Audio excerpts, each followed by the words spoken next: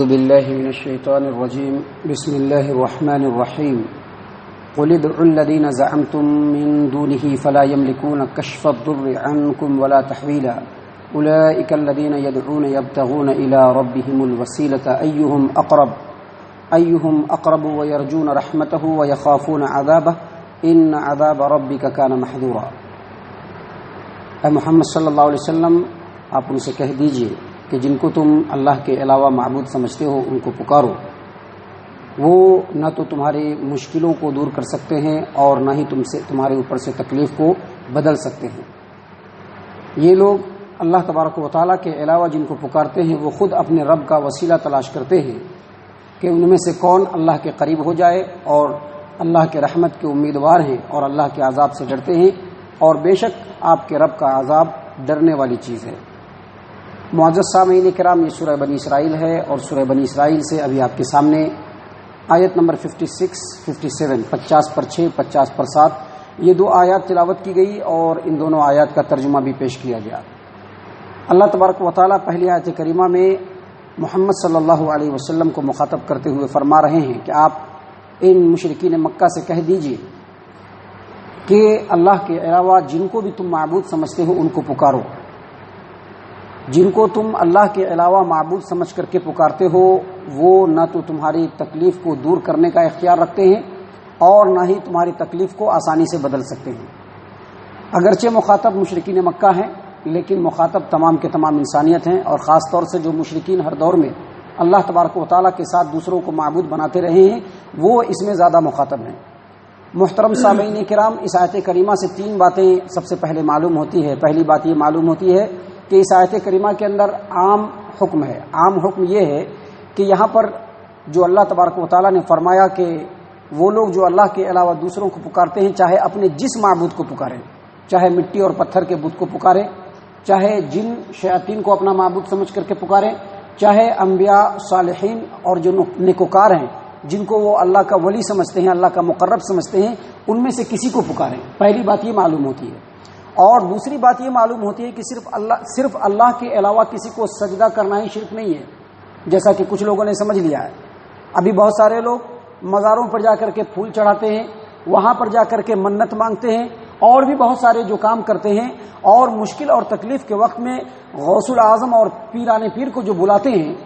ان سے اگر یہ کہا جائے کہ کیوں بلاتے ہو تو وہ یہ کہیں گے کہ ہم شرک کہاں کرتے ہیں، ہم کوئی ان کو سجدہ کرتے ہیں کیا؟ اللہ تبارک و تعالیٰ نے یہاں پر فرمایا کہ قل ادعوا الذین زعمتم من دونہ، اللہ کے علاوہ جن کو بھی تم معبود سمجھتے ہو ان کو پکارو۔ کب پکارو؟ مشکل کے وقت میں۔ تم مشکل کے وقت میں ان کو پکارو گے پھر بھی وہ تمہارے پکار کو سن نہیں سکتے، تمہاری تکلیف کو دور کرنے کا اختیار نہیں رکھتے، تمہاری مشکلوں کو آسانی سے بدل نہیں سکتے۔ اس کا مطلب یہ ہوا کہ مشکل کے وقت میں اللہ کے علاوہ غیر اللہ کو پکارنا مدد کے لیے یقینی طور پر یہ شرک ہے۔ اور تیسری بات یہ معلوم ہوتی ہے کہ اللہ کے علاوہ جن کو بھی معبود سمجھ لیا جائے وہ نہ تو کسی کی بگاڑ سکتے ہیں اور نہ بنا سکتے ہیں، نہ ہی بگڑی بنا سکتے ہیں اور نہ ہی مشکلوں کو دور کر سکتے ہیں،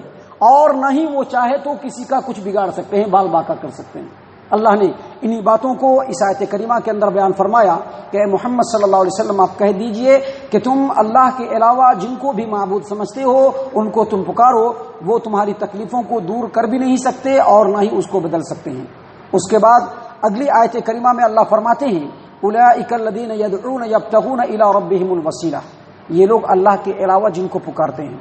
وہ خود رب کے وسیلے کو تلاش کرتے ہیں۔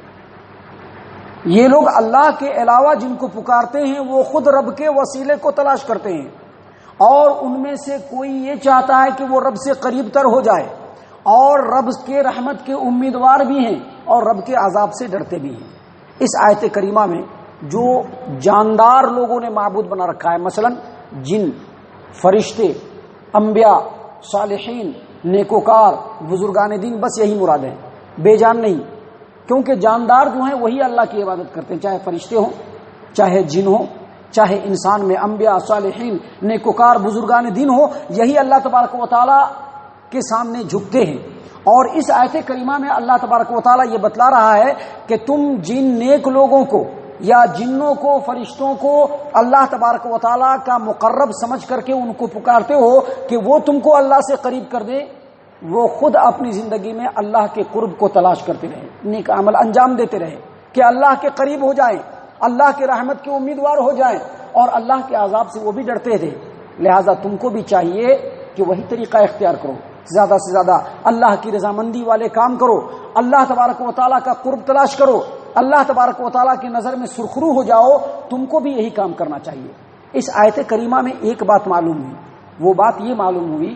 کہ انسان کے جو نیک اعمال ہوتے ہیں وہ وسیلہ بنتے ہیں۔ یہاں پر وسیلہ کے بارے میں سب سے پہلے میں آپ کو بتلا دوں کہ وسیلہ کہتے ہیں قرب تلاش کرنا، وسیلہ کہتے ہیں قریب ہونا،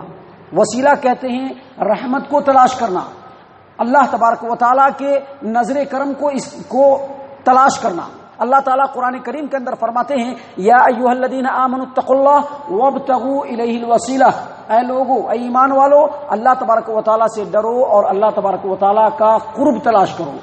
یعنی قربت کو تلاش کرنا وسیلہ کہلاتا ہے۔ اور اس آیت کریمہ کی تشریح میں امام ابن کثیر رحمہ اللہ نے اپنی تفسیر ابن کثیر کے اندر فرمایا ہے کہ وسیلہ کہتے ہیں اس آیت کریمہ کا مطلب یہ ہے کہ اللہ تبارک و تعالیٰ کی اطاعت و فرما برداری کرتے ہوئے، اللہ تبارک و تعالیٰ کی رضامندی والے کام کو انجام دیتے ہوئے اللہ کے قرب کو تلاش کرنا، یہی وسیلہ ہے۔ اور وسیلہ کی جو جائز صورتیں ہیں جو انسان کر سکتا ہے، کیونکہ لوگ بہت سارے دوسرے وسیلے بھی اختیار کرتے ہیں، تو وسیلے کی جو جائز صورتیں ہیں وہ تین ہیں۔ پہلی صورت جو قرآن و حدیث سے ثابت ہے وہ یہ کہ اللہ تبارک و تعالیٰ کے نام کو سامنے رکھ کر کے اس کو زبان سے بول کر کے اللہ کو پکارنا۔ اللہ فرماتے ہیں قرآن کریم کے اندر وَلِلَّهِ الْأَسْمَاءُ الْحُسْنَى فَادْعُوهُ بِهَا، اللہ تبارک و تعالیٰ کے بڑے اچھے اچھے نام ہیں، انہی ناموں کے ذریعے سے اللہ سے دعا کرو۔ یا حی یا قیوم برحمتک استغیث، یا غفار یا قہار، اللہ کے نام کو وسیلہ بنایا جائے، ایک جائز صورت یہ ہے۔ اور خود محمد عربی صلی اللہ علیہ وسلم نے دعا میں اپنی امت کو سکھلایا اسألک بکل اسم ھو لک، اے محمد صلی اللہ تبارک و تعالی میں تم کو تمہارے اس نام سے پکارتا ہوں جو تیرا نام ہے۔ تو اللہ کے نام کو وسیلہ بنایا جائے اور اللہ سے دعا کیا جائے، ایک صورت یہ ہے۔ اور دوسری صورت یہ ہے کہ اپنے نیک اعمال کو بطور وسیلہ رب العالمین کے بارگاہ میں پیش کیا جائے۔ اور اس سلسلے میں ایک حدیث ہے جو ایک صحابی رسول کا واقعہ ہے کہ صحابی رسول صلی اللہ علیہ وسلم ڈیلی محمد صلی اللہ علیہ وسلم کو رات میں اٹھ کر کے آپ صلی اللہ علیہ وسلم کی خدمت کیا کرتے تھے، پانی جو ہے وہ ٹوائلٹ تک پہنچایا کرتے تھے، وضو کرنے کی حاجت ہوتی تو وضو کے لیے پانی رکھا کرتے تھے۔ ایک رات محمد صلی اللہ علیہ وسلم ان سے بہت خوش تھے، کہا کہ جو مانگنا ہے مانگ لو۔ کہا کہ اے محمد صلی اللہ علیہ وسلم جنت میں آپ کا ساتھ مانگتا ہوں۔ کہا کہ اس کے علاوہ اگر کچھ ہے تو مانگو۔ کہا کہ نہیں، میں جنت میں آپ کے ساتھ رہنا چاہتا ہوں اور بس۔ کہا اعنی بنفسک علی کثرت السجود، کثرت سے نماز پڑھ کے تم میری مدد کرو، یعنی خوب نماز پڑھو گے تو اللہ سے قریب ہو جاؤ گے، اللہ سے قریب ہوگے تو اللہ تمہاری اس چاہت کو قبول کرے گا اور جنت میں میرا ساتھ تم کو دے دے گا۔ اس سلسلے میں اور کئی دلیلیں ہیں، لیکن مختصراً میں نے یہی ایک دلیل آپ کے سامنے پیش کی کہ انسان کے جو نیک اعمال ہیں